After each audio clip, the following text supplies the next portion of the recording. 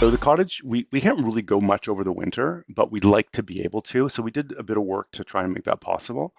It's on an island, actually, in Rohan, you'll know where this is. In Phil, you won't. It's in Georgian Bay. It's on an island called Christian Island. It's actually a native reserve here. And we have a cottage there, and it's kind of hard to get there in the winter sometimes because the ferry doesn't work or whatever.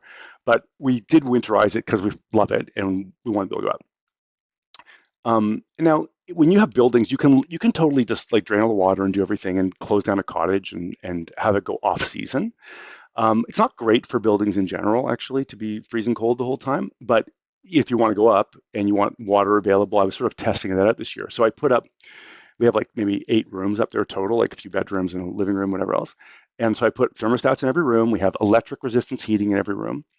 And this was with Claude again, I got it to write a self-learning system where it would heat the rooms up. And what I was trying to do was I was trying to get it so that they never drop below zero. So every day, and based on it had figured out what the heat. This is actually kind of a cool aspect. It had figured out what the heat loss of the rooms was because it would heat them up, and then temperature would drop based on the outside temperature, and it could interpolate what that meant, right? So how many degrees Celsius do I lose per hour when it's -10? How many do I lose at -4? And you all of a sudden get a heat loss effect for the room. And then it was also heat gain. I have a 1500 kilowatt, heater here. How quickly will that heat this room up? So it has these two data Right. points it pulls together, and then it tries to run it overnight. Like just so for like people don't think I'm mental, which I am a bit mental, but it's 4 cents overnight and it's 24 cents between 4 and 9 p.m. So it's 1/6 the cost to run it overnight. So I'll pump it up from 11 p.m. to 7 a.m. to like 22 degrees, even if we're not there. And it'll drift, and it'll drift, and it'll drift, it'll drift, but Right. hopefully it skims over the bottom at zero so things don't freeze. So Yeah. there's a great learning here beyond the really cool little and it actually self-learns. Every week it keeps learning and like reevaluates its things. This little automated Python That's script. really cool. So when you say it's relearning, how is it then taking that data? Is it going into the Home Assistant API, grabbing the historical data, and then running like some learning Yes, against a that? Python script. Okay, It's a Python script that I didn't write, right? Again, that Claude or Chatterjee, somebody else wrote. Some hundreds of years of human history jammed into a bunch of neurological electrons. Wrote this script that grabs the last 7. I can pick 7 days or 10 days. It picks the last 7 days or 10 days of things. It looks at when were the things on, when were the heaters on, when were they off, what was the outside temperature, and what was the inside temperature. It does the interpolation, figures that out. I did wow, learn one great thing, and this is a big Home Assistant. What's the Sometimes when Home Assistant folks talk about cloud free or whatever, right? Or like not, yeah, what's it called? cutting the cord Uh, and yeah, yeah, self-hosted. about being independent. So Yeah. this is a great example of where um, I had these extra. So the first thermostats I got were Wi-Fi one, Tuya Wi-Fi ones, cheap from China. And then at Yeah. home, I learned that was irritating, and I didn't want to deal with it. So I ordered a bunch of Zigbee ones. And so I got Zigbee ones at home. And then I took the Tuya ones because they were left over. I took them to the cottage. I figured I'll use them this year, and next year maybe I'll replace them with Zigbee ones. Except it wasn't even, I mean, losing Wi-Fi at the cottage happens from time to time for sure. We have Starlink, but it'll still lose it from time to time.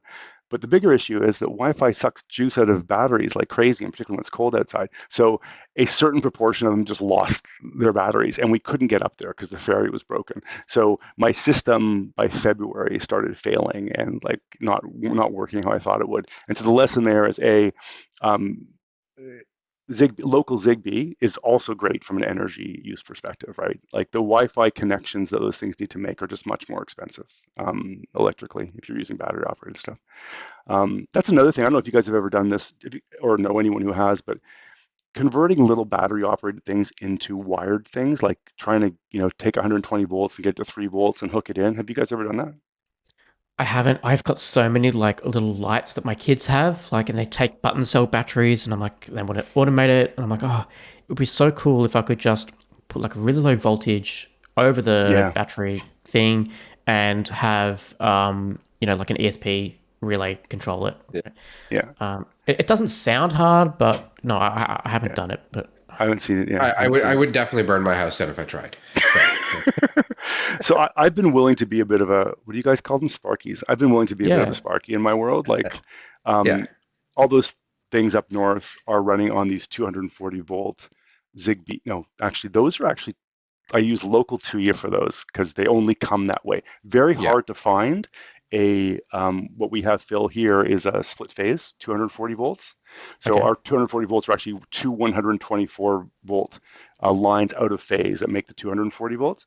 And to get a breaker that will break both the lines at the same time is very hard to find, actually. They're super expensive in North America. And so the Chinese ones, there's one company that makes them, and it's a Tuya-based thing. So I had to use Tuya Local, which has been working totally fine, actually.